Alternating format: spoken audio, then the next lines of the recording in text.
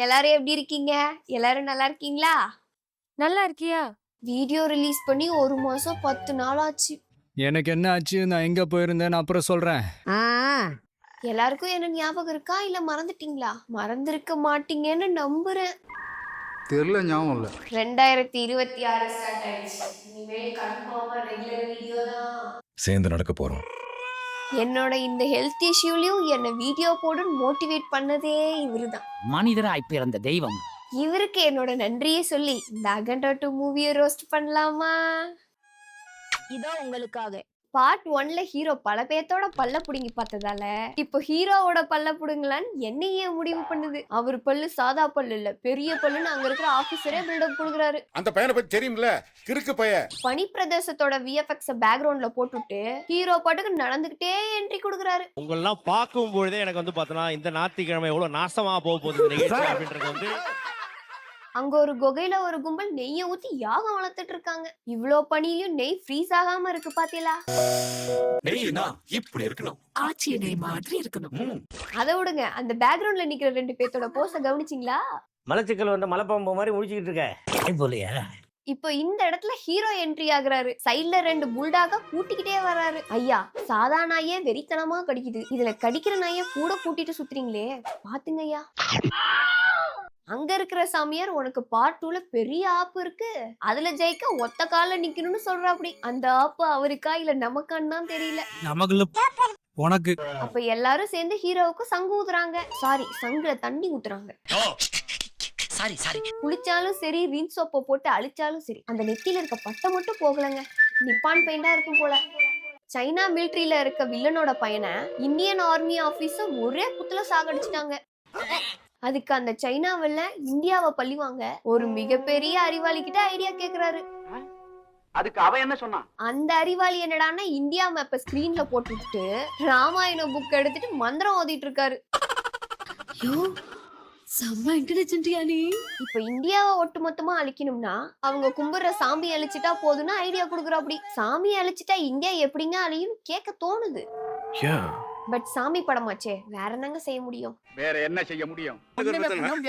2வது ஹீரோ அவங்க ஊருக்கு எம்எல்ஏவா இருக்கா. அப்படி அந்த ஊர்ல கஞ்சா ஃபேக்டரி ஒண்ணு வச்சிருக்காங்க. அதை தடுக்க ஹீரோ கிளம்பி வரா. அப்படி என்ன அடிக்கிறீங்க? ஏங்க, தடுக்கணும்னு முடிவு பண்ணிட்டீங்க, அந்த ஃபேக்டரியை ஆரம்பத்திலேயே தடுத்திருக்க கூடாதா? இவ்ளோ பெருசா கட்டி காடு காடா பயிர் பண்ணதுக்கு அப்புறமா தடுப்பீங்க? கண்மையாக வண்டிக்கிறோம், கண்டிக்கிறோம். ஹீரோ பறந்து வர கார்ல இருந்து பாதியிலேயே இறங்கி வரா. அப்படி ஃபோர்ஸ்ல கீழே விழுந்துற போறீங்க சார். இந்த பைத்தியக்கார பழக்கத்தை இவன் மாத்திக்கவே மாட்டான். அது மட்டுமா, ஒரே அடியில 40 பேரை ஏர்லயே பறக்க விடுறா. அப்படி ஒருத்தர் 2 பேர்னா சரி, 40 பேர் எப்படிங்க? தடுத்து நிறுத்துங்க, எனக்கு தெரியலையே. இவர் சண்டை போறத பாத்தீங்கன்னா அப்படியே கேஷுவலா தான் இருக்கும். எப்படி? வெறும் கையோட வந்தாலும் கேஷுவலா அட்டாக் பண்றாரு. கத்தி எடுத்துட்டு வந்தாலும் கேஷுவலா அட்டாக் பண்றாரு. சரி, துப்பாக்கி எடுத்துட்டு வந்தா அவங்களையும் கேஷுவலா அட்டாக் பண்றாரு. இந்த சண்டைக்கு இடையிலயும் சண்டையெல்லாம் முடிச்சுட்டு டயலாக்லாம் பேசுவார் பாருங்க. வில்லன் நீ தப்பு கணக்கு பண்ணிட்டேன்னு சொன்னா கரெக்டா கணக்கு போடனா என்ன லே அவுட்டாடா. ப்ளோ யோ, அது வாயில தான் வந்துரும். கம்ன்றியா? என்னோட பவரை காட்டுறேன்னு வில்லன் சொன்னா, நெல்லையப்பா எங்க போறோன்னு நிறுத்தி கேட்டா 11 மணிக்கு தாப்பா போட்டு தூங்க போறேனானா. அது மட்டுமா, ஹிந்தில வேற. பலாஹை மாலாஹை உஜாலாஹை. நீங்க 2 பேராக போறீங்க பங்கம். இந்த டயலாக கேட்டு வில்லன் பொதுமக்கள் எல்லாம் ஃபீல் பண்ணி பாக்குறாங்க. இந்த மாதிரிலாம் டயலாக ஹீரோ பேசிட்டு இருக்காரேன்னு ஃபீல் பண்றாங்களா, இல்ல அவர் பேசுறத கேட்டுட்டு நிக்கிறோமேன்னு ஃபீல் பண்றாங்களானே தெரியல. என்ன அமைதி ஆயிட்டிய? இல்ல, அவர் சொன்ன டயலாக்லாம் மாசாதான் இருக்கு, நான் தான் ஏதாவது தப்பா சொன்னேன்னு சொன்னா. இத பாருங்க, ஹீரோ எப்படி மாசா டயலாக் சொல்றாரு. அந்த பொண்ணு பாத்தீங்களா எப்படி சிரிச்சிட்டு இருக்குன்னு. அப்ப நான் சிரிச்சதுல ஒண்ணும் தப்பு இல்லையே. ஹீரோவோட பொண்ணுக்கு 17 வயசு தான் ஆகுதாங்க. அந்த சின்ன வயசுலயே அந்த பொண்ணு பெரிய சயின்டிஸ்ட் ஆகிட்டாங்க. எது? பார்ட் 1ல சின்ன பிள்ளையா இருக்கும் போதே ஹீரோ அப்படி இருந்தாரு. பார்ட் 2ல பொண்ணுக்கு 17 வயசு ஆகுது, ஆனா ஹீரோ அப்படியே இருக்காரு. பொண்ணுக்கு மட்டும் வயசு ஏறிக்கிட்டே போகுது, அப்ப அதே லெவல்ல இருக்காரு. சரி, ஹீரோவோட பொண்ணு பெரிய சயின்டிஸ்ட் ஆகிடுச்சு, சரி ஏதோ அறிவா பேசணும் தான் நினைச்சேன். இந்த அறிவுலாம் எப்படி வந்துச்சுன்னு கேட்டா ராமாயணத்துல இருந்து வந்துச்சாங்க. சைனா வில்லனே பயங்கர டெரரா இருந்தாப்படி இப்போ இந்தியால பிஎம்ஏ நேர்ல போய் மிரட்டுற அளவுக்கு ஒரு வில்லன். ஐயோ சின்ன வயசுல சாப்பாட்டு கேரியர் பாக்ஸ் பாத்திருப்பீங்கல்ல, அந்த பெரிய பாக்ஸ், அதுக்கு மேல கொஞ்சம் சின்ன பாக்ஸ், அதுக்கு மேல ஒரு சின்ன பாக்ஸ்னு, அது மாதிரி 3 பேர் வந்திருக்காங்க பாத்துக்கோங்க. ஹீரோவோட பொண்ணுக்கு பிறந்த நாளுன்னு வீட்டுக்கு வர வச்சு பாசமா பாத்துக்கிறாப்படி. ஆஹா, அம்மா இல்லாத தன்னோட பொண்ணு மேல எவ்வளவு பாசமா இருக்காரு பாத்தீங்களா? அப்படித்தான் நானும் நினைச்சேன். ஆனா சாச்சிட்டான்னு தன்னோட பொண்ணு கூட வந்த ஆபீசரோட டான்ஸ் ஆடிட்டு இருக்காருங்க. தப்புனே, ரொம்ப தப்பு. சரி, அவரும் வயசு பையன் தானே, ஆடிட்டு போறாரு, விடுங்க. எனக்கு ஒரு டவுட் சார். மாடு கண்ணு மேல உங்களுக்கு பாசம் இருக்கு, ஓகே, அதை நான் எதுவும் சொல்லல. அதுக்காக கண்ணுக்குட்டியோட வாயெல்லாம் கட்டி வீட்டுக்கு நடுவுல படிக்கட்டுல மொட்டை மாடியிலன்னு தூக்கிட்டுலாம் சுத்தலாமா? வாயில்லாத ஜீவனோட வாயை கட்டி போட்டு விளையாடுறீங்களே. இந்த சமுதாயத்துக்கு நம்மளால என்ன நல்லது பண்ண முடியுமோ அதை நம்ம பண்ணிக்கிட்டே இருக்கணும் சார்.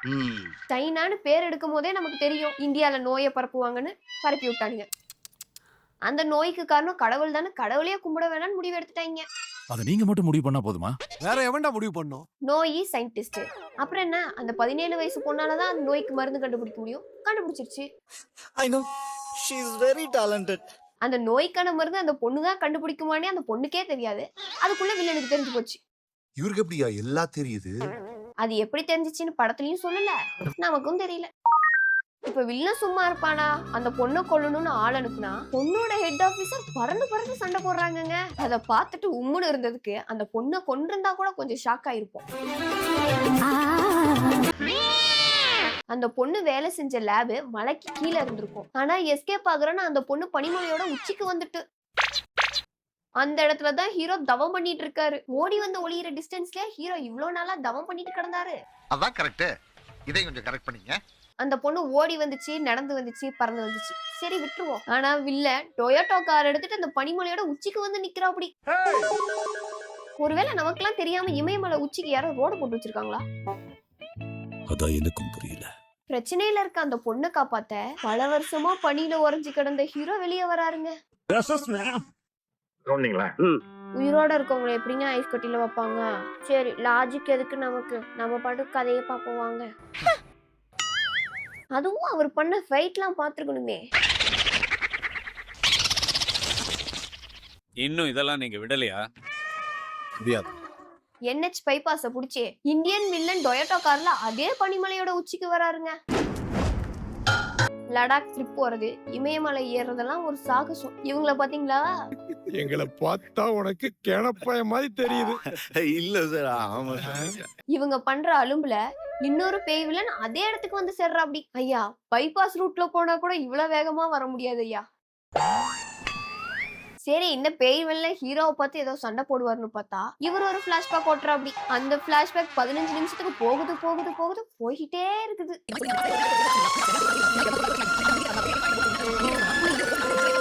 வழி தெரியலன்னு கூகுள் மேப் கிட்ட கேட்டா அது நம்மள ஒரு சுத்தி விடும் பாருங்க.